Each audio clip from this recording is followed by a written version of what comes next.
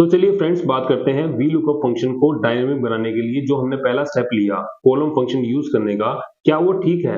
क्या उससे मेरा V lookup function completely dynamic हो पा रहा है? एक बार देखते हैं कि जो लास्ट वीडियो में हमने यहाँ पर कॉलम फंक्शन, यहाँ पर हमने एक कॉलम फंक्शन यूज किया था। इस कॉलम फंक्शन को यूज करने के बाद एज इट इज हमने इस वी लुकअप के फंक्शन में जो मेरे से कॉलम इंडेक्स नंबर मांगा गया था, उस कॉलम इंडेक्स नंबर में मैंने एज इट इज ये कॉलम वाला फंक्शन वहां पर पेस्ट कर दिया।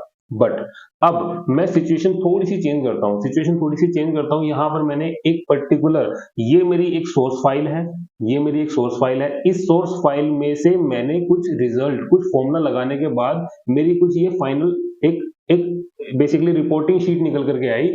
ये मेरी फाइनल शीट है, राइट। अब मैं क्या करता हूं, लेट्स सपोज मैं अपनी सोर्स शीट में कुछ चेंजेस करता हूं। चेंजेस किस तरीके के हो सकते हैं? लेट्स सपोज मैंने यहाँ पर एक कॉलम डिलीट कर दिया या मैंने एक कॉलम इंसर्ट कर दिया।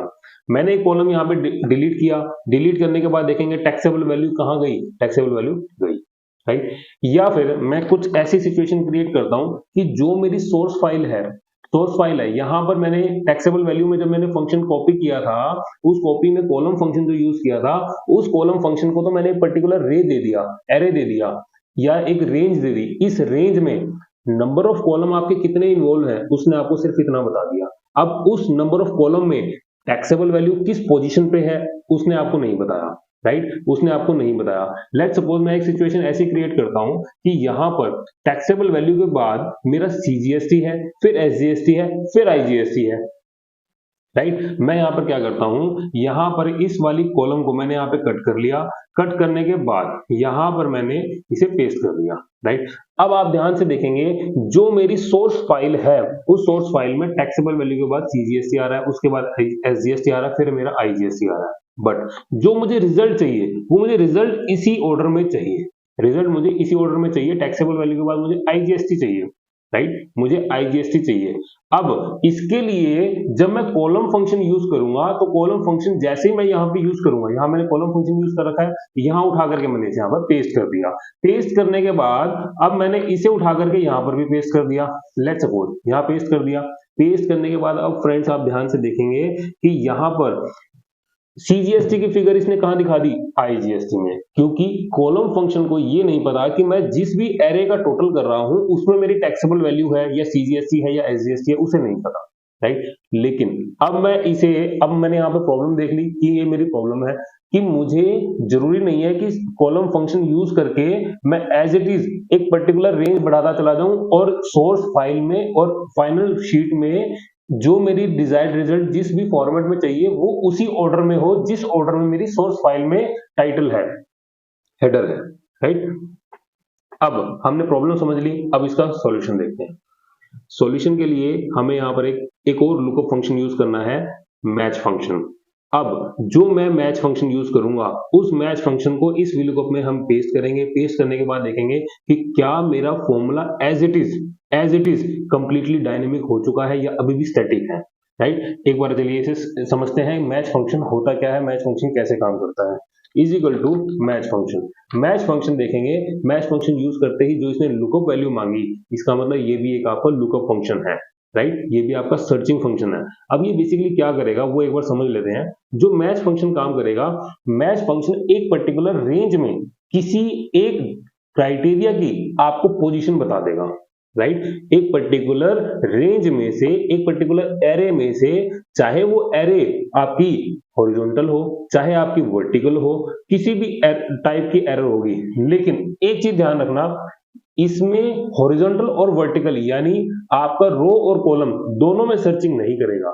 आपकी पर्टिकुलर एक कॉलम के अंदर आपके पास मल्टीपल 10, सपोज 10 आपके पास इनपुट है, उसमें आपको सर्चिंग करानी है, करा देगा। यहां पर देखते हैं, लेट्स सपोज ये जेनसन ट्रेडर है, राइट। अब यहां पर मैंने मैच फंक्शन यूज करना है।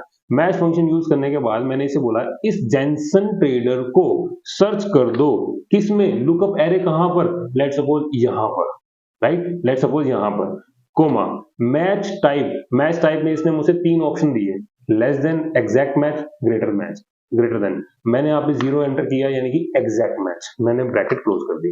ब्रैकेट क्लोज करने के बाद अब आप देखेंगे इसने मुझे ये बता दिया कि ये जो जेनसन ट्रेडर है ना, ये जेनसन ट्रेडर इस पर्टिकुलर एरे में इस पोजीशन पर है, देखेंगे जेनसन के आगे 6 नंबर है, इसका मतलब इस पर्टिकुलर जो भी मैंने उसे एक टेबल दी, एक एरे दिया, उस एरे में जेनसन ट्रेडर आपके 6 नंबर पे है। अब फ्रेंड्स इसे समझते हैं। जब मैंने ये टेबल एरे सिलेक्ट करी, इस टेबल एरे में ये टेबल एरे आपकी इस तरीके से काम नहीं करेगी, आपका नॉट एप्लीकेबल, ये आपको एरर मैसेज दे देगा। इसका मतलब क्या है कि जो ये टेबल एरे है या तो आपकी इस तरीके से होनी चाहिए, यानी कि एक कॉलम के अंदर आप रो वाइज आप उसकी पोजीशनिंग बताना चाह रहे हो, राइट, या फिर आपकी ये जो टेबल एरे होगी वो इस तरीके से काम करेगी। एक पर्टिकुलर रो के अंदर आप डिफरेंट कॉलम को आप इनपुट बना करके आप उसमें से पोजीशनिंग निकालना चाह रहे हो, राइट। इसका मतलब या तो एक पर्टिकुलर, या तो वो हॉरिजॉन्टल काम करेगा या वो वर्टिकल काम करेगा, राइट। यहां तक क्लियर है। अब हमें ये चीज समझ में आ गई। अब एक बार इसे टू द पॉइंट जैसे हम इसे यूज करना चाहते हैं उस एंगल से हम इसकी बात करते हैं। लेट्स सपोज मैंने यहां पर मैच फंक्शन यूज किया। मैच फंक्शन यूज करने के बाद जब मैंने यहां पे VLOOKUP फंक्शन यूज किया था, तो जो मेरा ये कॉलम फंक्शन था, जहां पर मुझसे मांगा गया था कि कॉलम इंडेक्स नंबर इस टेबल में से, इस टेबल में टैक्सेबल वैल्यू जिस भी कॉलम पे है उसकी पोजीशनिंग यहां पर बता दो, राइट। यहां पर मैंने यहाँ पे देखने के बाद मुझे ये पता लगा कि हाँ, इस टेबल एरे में टैक्सेबल वैल्यू वाला जो कॉलम है वो सेकंड नंबर पे है। लेकिन अब मैं अपना दिमाग नहीं लगाऊंगा, अब मैं यहाँ पे मैच फंक्शन यूज करके मैच फंक्शन को बोलूंगा कि भाई तू बता दे कि टैक्सेबल वैल्यू किस पोजीशन पर है, राइट। अब यहां पर इसे समझते हैं। यहां पर मैंने क्या किया, मैच फंक्शन यूज किया। मैच फंक्शन यूज करने के बाद किसे लुकअप कराया, मैंने टैक्सेबल वैल्यू को लुकअप कराया। इसे मैं 2 मिनट के लिए यहां से हटा देता हूं। यहां मैंने इसे टैक्सेबल वैल्यू को लुकअप कराया, कोमा। अब लुकअप एरे, मैंने कहा जी इस पर्टिकुलर एरे में इसे लुक फॉर कर दो।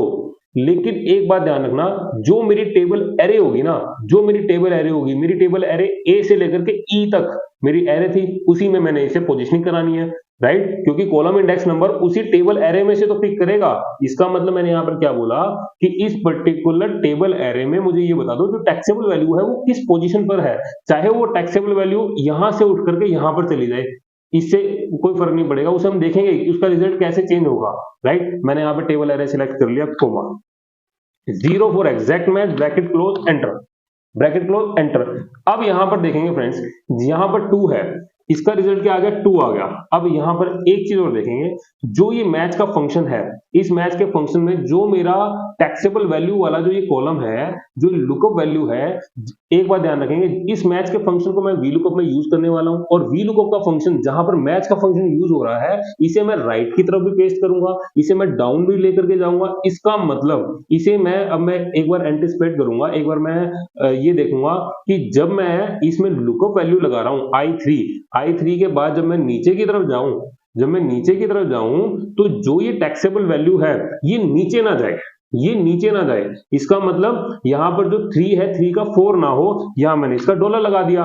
और जब इसे मैं राइट की तरफ ड्रैग करूं, जब मैं IGST को मैं लुक फॉर कराना चाहूं, तो ये I की जगह J हो जाए, तो इसीलिए मैंने यहाँ पे क्या किया, इसके आगे डॉलर लगा दिया। अब जो ये टेबल एरे है, ये मेरा किसी भी तरीके से चेंज नहीं होना चाहिए, राइट। ये मेरा किसी तरीके से चेंज नहीं होना चाहिए। अब मैंने एंटर कर दिया। एंटर करने के बाद जब मैं इसे राइट की तरफ पेस्ट कर रहा हूं, तो आप देखेंगे जो IGST है वो इसने अब आपको एग्जैक्टली ये बता दिया कि किस पोजीशन पर है, 5th नंबर पर है। पहले वो किस पोजीशन पे था, 3rd नंबर पे था। अब उसे मैंने ड्रैग करके राइट की तरफ जब मैं ले गया, तो राइट की तरफ जब मैं लेकर के गया, तो उसका पोजीशनिंग अब चेंज हो गई, 5th नंबर पे आ गई।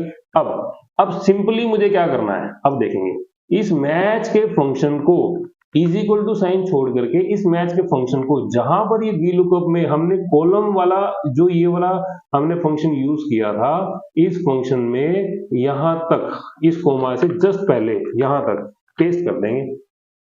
हम यहाँ क्या करेंगे, इसे पेस्ट कर देंगे, एंटर करेंगे। एंटर करने के बाद अब आप देखेंगे यहां पर इसे डबल क्लिक करा, डबल क्लिक करने के बाद यहाँ पर डबल क्लिक कर दिया हमने, राइट। यहाँ पर हमने लेट्स सपोज यहां से लेकर के हमने यहां तक इसे पेस्ट कर दिया।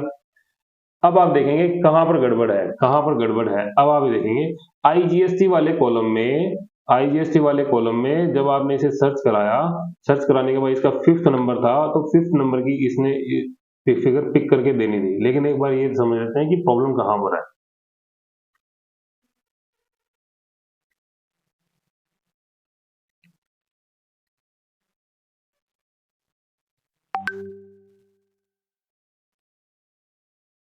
ओके, यहाँ पर मैं देख पा रहा हूँ कि जो इसने टेबल एरे सिलेक्ट कर रखा है यहाँ पर ए से लेकर के डी तक। अब यहाँ पर ये जो ए से लेकर के डी तक है, ये डी नहीं है, ये ई है।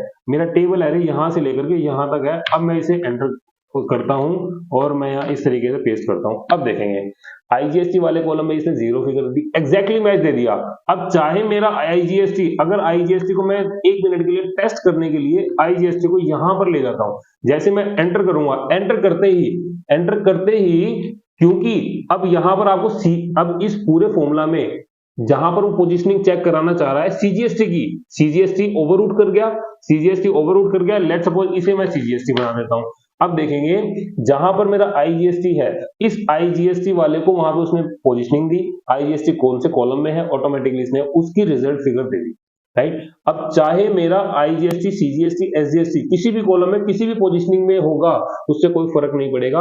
ऑटोमेटिकली जिस भी कॉलम में वो फॉर्मूला वी लुकअप का पेस्ट होने लगा है, उस वाले फॉर्मूले का जो हेडर है वो सोर्स फाइल में वो उसकी पोजीशनिंग बता देगा, और पोजीशनिंग करने के बाद वहां पे कॉलम इंडेक्स नंबर आपको रिपोर्ट कर देगा, जिससे आपका V lookup function completely dynamic हो जाएगा।